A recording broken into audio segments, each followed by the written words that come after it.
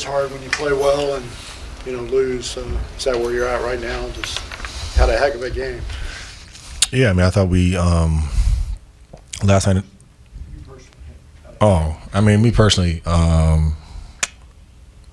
it's tough. Obviously, you got to make shots, you got to make layups. In overtime, miss those 2 layups, which would have definitely helped us. But just overall, I think defensively, I think that's where it's at. And I thought tonight I could have been better. Obviously, when you're playing a good player like Jokic, he's going to find teammates. He's going to create some difficult matchups.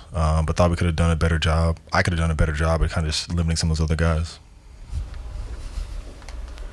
What happened sort of down the stretch of the game and then in overtime where, especially I guess on the offensive end, things fell apart a little bit? Yeah, I mean, I think we just got to continue our pace. I think we got out in transition, make our miss, we'll run up the floor, not settling as much in sets. I thought that's when we were at our best. And I think that, to their credit, I think they slowed us down. I think they took us out of a little bit of our flow, and I think that's when our offense got bogged down.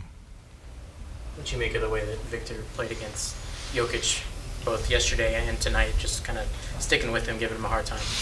Yeah, I mean, I think, Victor's been, phenomenal all season. I think he, rose to the occasion, obviously playing against multi-time MVP, in Jokic, and, last night, tonight, doing it on both ends of the floor.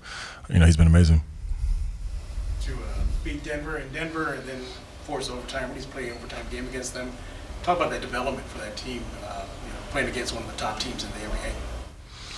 Yeah, I mean, I think, we have a lot of belief in our locker room, and, every night we have a, expectation to win. So I think for us, there's no moral victory. There's no solace in splitting, back-to-back. I think for us, we felt that both games were winnable. We felt like we put ourselves in position to win both, and it's unfortunate that, we let go of the rope a little bit there in the fourth and in overtime. So just something to watch, for tomorrow, and then, regroup in Chicago.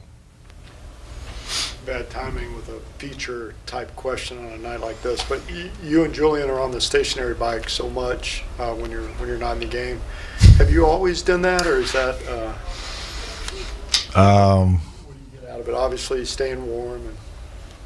Yeah, you caught me off guard with that one. So that started during right after the bubble. Obviously, when there was no fans in the arenas, there was a lot of space between chairs during the games, and back then you could check out of a game. A trainer or somebody could come work on you on the bench. You could stretch. It could be on an RX pad. There wasn't really any regulation of what was going on there, so you could always stay loose. Then when we brought fans back, I forgot how close the seats were on the bench. Right, it wasn't quite as much space. So the biggest thing I try to do on the bike is just to stay loose. You never know. Obviously, with our team, we have a lot of depth. Different guys may get it going, whether it's Keldon, Julian, Jeremy, Devin, whoever. So in those moments where your rotation is different or things like that, you want to just stay loose, make sure you're ready to go when you check back in. You just try to stay zero focused on the action on the court, or does it get kind of busy with all the distractions? No, unfortunately, I've been doing it for a few years now, so it's pretty easy to block out everything but the game. But I think the biggest thing is keeping that pace. We talk about starting games. We talk about our second unit coming in, keeping that same energy. Guys just being ready when they check in. So to each their own in terms of what they need to do that. But for me, I always try to just stay on the bike, and make sure I'm loose, make sure I'm ready to go, because you could check back in, get a wide open catch and shoot three, or be in transition or whatever it may be. So just want to stay ready. And another 4-game roader coming up here. What's the approach? Same as the Christmas trip? Hopefully a little bit better than the Christmas trip. I think for us, like I said, we have an expectation, to go in and win every single game. I think it's just putting together that 48 minutes, not being surprised when it's a close game at the end, and just knowing that it just comes down to a few possessions. Last night we were able to get those few possessions and win the game. Tonight we let a few of those possessions go, but that's going to be our reality, especially with the teams that we're playing, whether it's on the road or at home, for us to just take that next step. Looks like Trey's finally 100% after the ankle and shoulder injuries. What have you seen from him lately? Trey's been great.